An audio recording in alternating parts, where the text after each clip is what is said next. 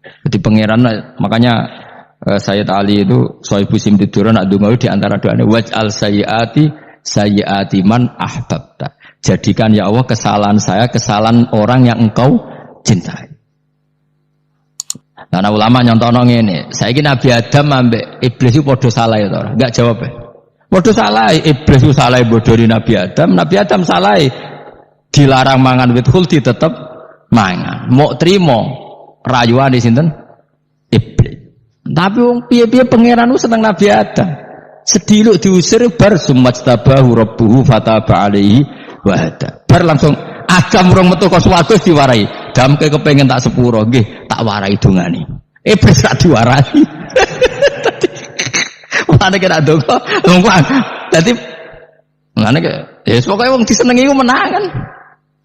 Lah kaya aja donga iku, kowe ora bakat wali biasa wae iki cerita. Ya sudah seperti itu. Tapi emang ya sudah seperti itu. Nabi Adam itu urung pati keusir tenan iku fatalah qa Adam rabbihi kalimatin fataba alaih. Jadi urung terlalu jauh dari surga. Kemana lagi pas pertama medun ke bumi ambek Allah wis diwarai beberapa kalimat sing dadekno di sepuro pangeran. Mergo waj'al sayyiati man ahbabta. Ini penting kalau atur namanya wilayah-wilayah kenabian itu wilayah yang kita tidak pernah tahu detailnya, tapi kita yakin Nabi itu para kekasih Allah. Dan agama Islam ini juga agama paling diridhoi Allah. Maka di zaman apapun, kecewa apapun dengan perjanjian dengan negara maupun dengan dunia, Islam tetap dirumat pangeran. Guys, ora usah kuwatir. Mikir Islam ku keliru. Nangit mayo oleh nak mikir keliru. Agama de pangeran kok mbok pikir. Sama masyhur. Sayyidina Umar itu kan khalifah paling sukses masalah futuhat. Di masalah apa? Futuhat. Dan Ibnu Umar setiap jalan-jalan itu dibully sama orang-orang. Ya Ibnu Umar, mbok ya kamu itu minta sama bapak kamu supaya dia nyebut penggantinya siapa. Atau bikin suksesi lah. Jangan kok dia khalifah sukses kemudian tidak jelas juntrungannya. Kan dia tetap mati suatu saat. Saking gak kuatnya Abdullah bin Umar akhirnya matur, ya Abah, engkau harus suksesi. Siapa ya pemimpin setelah jenengan? Lah kenapa? Orang-orang bilang kalau ada orang misalnya penggembala kambing terus ditinggal gelanggang itu dianggap dosa karena kambingnya pasti kocar. Apalagi ini urusan umat. Kamu tahu-tahu mati sebelum sesi ini pasti kacau. Umar langsung marah. Agama Islam itu enggak sama dengan kambing kata Umar. Agama Islam agamanya pangeran, mesti diurusi pangeran. Aku mau khilafah. Aku mau suksesi. Ben aku ora usah mikir. Engko ora diurusi pangeran. Jadi Umar itu justru saking hormatnya sama Islam itu dengan cara gak mau mikir Islam. Gak mikir berarti gak khidmah ya, tetap mengkhidmati Islam. Seperti saya ini kan yang khidmati Islam lewat mulang. Tapi aku ora tahu mikir nasib Islam. Islam ora kondang piye. Ditinggal Abu Bakar melaku, Umar melaku, Wali Songo mbek kowe rak mulya Wali Songo. Saiki durus mudun yo mlaku, durus KUA yo mlaku. Durus mubalek sing kadang matre yo mlaku. Berapa kiai sing dadi oknum perkara proposal ya agama ya mlaku. Wong bapak udah kanca kiai ku mudin anake mondok bareng saking suwene dadi mudin zaman iku mudin urung untuk gaji kon negara anake njuk dhuwit mending spontan cung ora ono mati kok njuk dhuwit mergo nek ora ono mati ra entuk rezeki cung ora ono mati kok njuk dhuwit ngono iku agama ya ra piye-piye coba. Mergo agama iki diurusi Allah. Ayo nabi palsu ping pira wae mulai Musailamah sampai Musaddaq sampai Lia Eden. Kurang lagi. Mulai wali palsu kaya Rama Dosa apa Rama sapa iku. Kowe ana kabeh ora masalah. Uni Soviet kayak apa mengkooptasi ceknya Uzbek. Akhirnya ya kalah Uni Soviet. Saiki ceknya Uzbek dadi negara napa? Islam. Kayak apa? Donald Trump, Islamfobia. Tapi sekarang orang Amerika malah berbondong-bondong masuk napa? Islam kaya, ambok pikir malah Islam ambok konsepi malah rusak. Mereka terus di metodologi. Harusnya penyebaran Islam itu begini.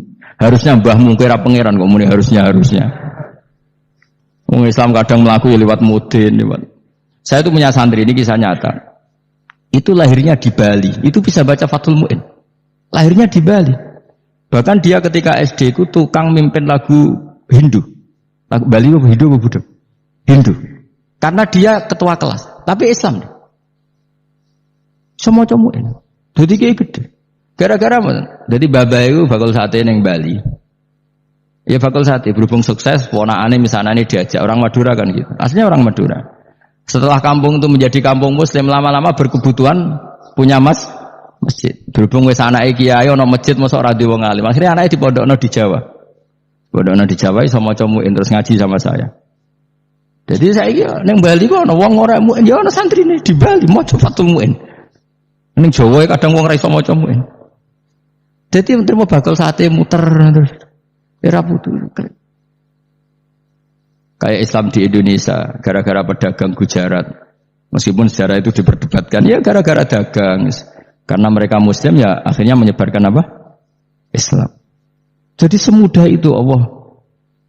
Termasuk konflik Ali bin Muawiyah. Itu barokahnya sama susahnya konflik itu masih banyak barokahnya. Sayyidina Ali sama Sayyidina Muawiyah. Karena kita ahli sunnah ya, tidak menyalahkan salah satu madzhab ahli sunnah ini.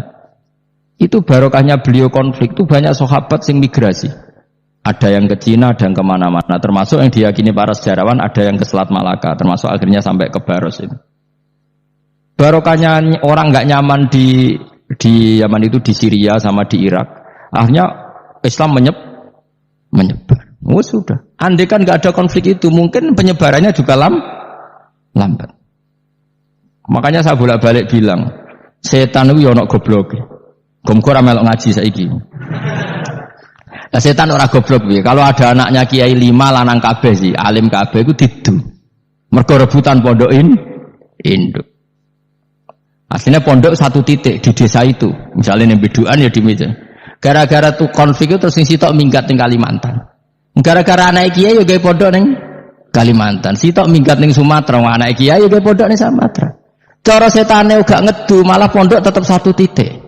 Tapi setan itu goblok, ora roh, akibat ini ora roh. Akhirnya dulur didu menyebar. Lah wong soleh menyebar ning ndi menyebarkan sujud, menyebarkan Jadi setan yo ono goblok, muga-muga ora ngaji, muga nak ngaji dene roh, ana ngono ora usah ngono. Andai kan tidak diutik kan satu titik. Nggih betul. Tapi setan niku nek ana wong soleh iku didu. Nak didu ana sing kecewa minggat. Lah migate wong saleh ndak ape gawe apa? Mosok ape gawe dugem.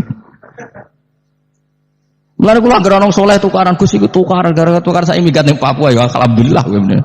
Apik. Kula niku rak Gus kancaku ya Gus-Gus sing minggat nggih kuwatah. Angger pamit kula ora tau tak tangisi. Santen nuwun nggih kok minggat ta bener. Mingate Gus ndak ganti piye. Paling yo gawe podok apa gawe apa. Lah setan nganti saiki belum tahu gitu. Mulane muga-muga ora roh. Jadi artinya nak pangeran ngersakno iku segampang iku. Lo coba di Ponegoro kan konflik sama keluarganya yang dulu ada yang mungkin sebagian pro Belanda. Neng Sulawesi ya tetap gawe napa? Pondok. Engko ning gone iki pokoke angker ning tinti wali songo. Sunan Kalijaga agak pati cocok mbek buyutku, Sunan Kudus. Rapati cocok akhirnya dakwah ning kidul daerah kene. So akhire ono ya mono dakwah rong katam terus dadi Islam macam-macam. Serasa diterusno. Tapi ya barokah iku ana Islam tok Tingkir, tok Solo, tok Jogja. Cara rapati tukaran ya Sunan Kalijaga men ngewangi Sunan Kudus, Sunan Bonang ning gone. Berhubung barokah tukaran sithik-sithik ya. Jadi bahasa saya itu buyut-buyut itu Sunan Kudus itu luwih dukung Arya napa? Penangsang. Sing Kalijaga dukung wong kene to. Sutawijaya. Wis mbok lho, pokoke ora usah diterus-terusno. Wong saiki wong Jogja diulang Kudus, buyut-buyut kula niku tiyang Kudus. Wis ora usah dijero-jerono, nek jelas barokah. Mau ora tukaran ya utak-utak ning Pantura. Barokah tukaran ya, Dok.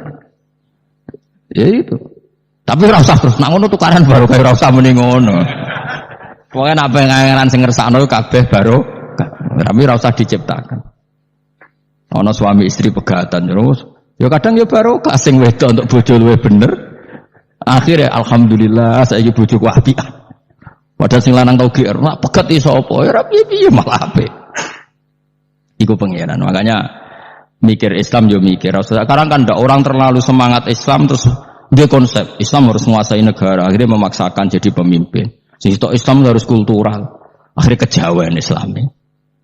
Muat Islam kudu kaya, jebule kedonyan dekane ora. Islam kudu fakir, bebas hisab, kefikiran akhirnya buruh Cina.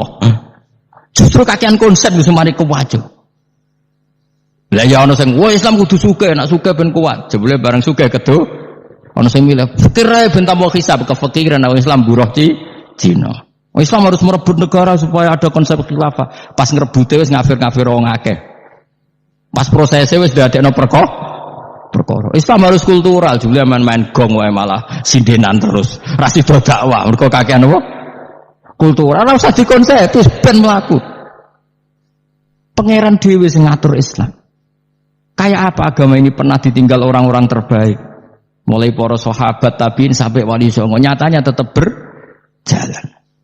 Iku nunjukno agama ini diurusi Allah Subhanahu wa taala. Napa khidmah wae. Kayak saya yang mengkhidmati Islam. Khidmah itu berbakti memberi pelayanan pada Islam. Tapi ra usah ngrasa mimpin apa Islam, apalagi membuat konsep untuk Islam. Justru konsep kita ini nanti yang merusak. Karena tadi ngendikan ulama-ulama wa inna minal ilmi la jahlan. Kadang ilmu itu tetap melahirkan kebodohan. Kenapa? Ketika ulama ditanya, innalil ilmi tuhyanan katuhyanil mal, karena ilmu itu punya keangkuhan, kelajutan kayak lajutnya harta. Misalnya gini, saya seorang faqih.